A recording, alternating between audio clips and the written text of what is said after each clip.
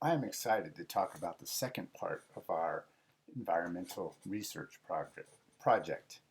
Um, you've done some research and hopefully you've continued to think about the environmental project or environmental issue that you've investigated.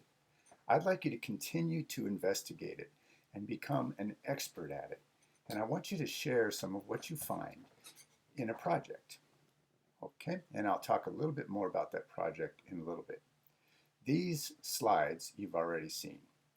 These are the issues that you could have chosen from, or these issues. You could have chosen any of these. Then you were supposed to talk about the problem, the cause, where it occurs, who's affected, a current example of the problem, what can be done to reverse the problem, what are the consequences if nothing changes, and what can you personally do to help this issue. One thing that you can personally do is to talk about the issues in a way that others can understand. And so we're going to make it possible for you to express yourself and share what you've learned about your environmental issue. Okay? I want you to find a high interest video clip. Find a video clip about your topic, and then you'll copy and paste the URL of the video into your document. Your document will probably be a PowerPoint, but you might want to present something else. I think it'd be best if you did a PowerPoint. Okay? You'll have a demonstration or an activity. This is something that you create or you show. This is in addition to the high interest video clip. This is something that you've created. This is about your topic. You'll create a PowerPoint about it. You'll use bullet points in your slides rather than complete sentences. And I'm going to show you what I mean by that. Okay?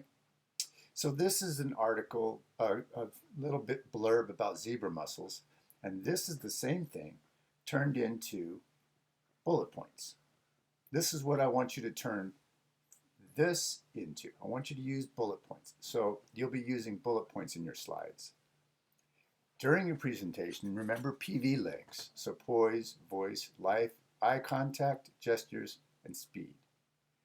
Don't read directly from the slide like I'm doing right now. Instead, talk about your issue and use the slide as a guide for your talk. You'll be teaching a lesson on an environmental issue. I want you to practice. I want you to talk about your issue, either by yourself or to your siblings or to your parents. Talk about your issue using your slides as a guide. Practice. Focus on what the problem is, who it affects, and what you can do about it. Practice talking about it some more, and then practice some more. You will be the expert in your topic. Your lesson will be engaging and interesting. PowerPoints. Less is more. A maximum of 36 words on a slide. The font type should not be distracting.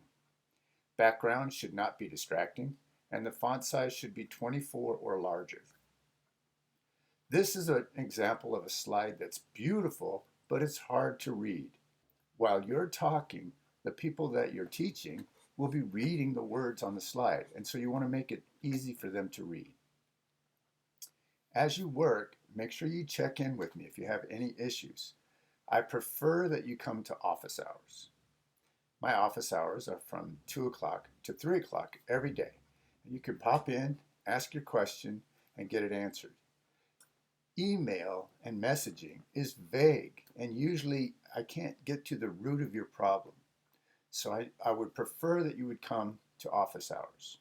You can check with me about the format, your ideas, your demo or extension activity, what's going well and what are some challenges. Okay? I'm excited that you'll be working on this project and that you'll learn more about the environmental issue. I want you to be thinking about this for at least a couple minutes every day. All right?